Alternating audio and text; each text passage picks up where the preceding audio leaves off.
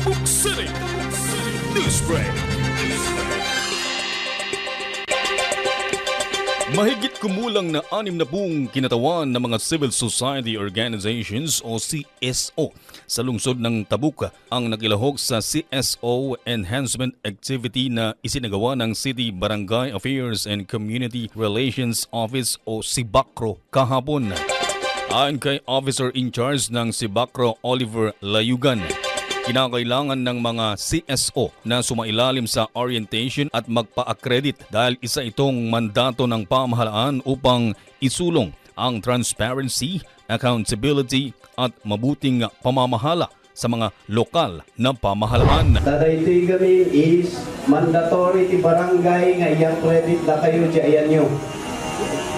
Under the ALG memorandum, dapat kumama-credit kayo. It is not only the city government but mandating the barangay nga dapat kumama-credit kayo diyan da. Why?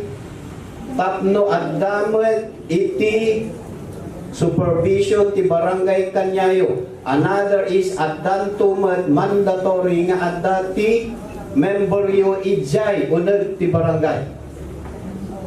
Those are the members of every council nga adda ijay barangay. Ang accreditation anya ay renewable kada 3 taon dahil sa pagbabago ng administrasyon tuwing matapos ang halalan.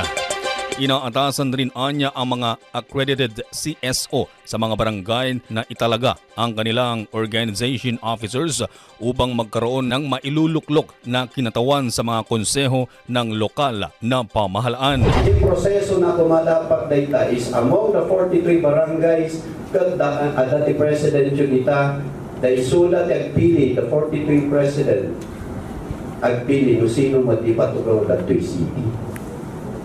At naging council tayo dito, every council of the city or committees, council ganito panagpatan, is mandatory nga 1 or 2 members coming from you, CSOs. Sa temang From Proposals to Progress is Strengthen CSO Roles in Local Development, ang nasabing CSO Enhancement Activity ay isang suporta ng lokal na pamahalaan upang himukin ang mga CSOs na lumahok sa lokal na pamamahala upang palakasin ang kapasidad ng mga CSO sa epektibong pakikipag-ugnayan upang mapaunlad ang kanilang komunidad. At yan ang balita para sa oras na ito. Ako po si Reddy Retotal. Tabuk City Newsbreak.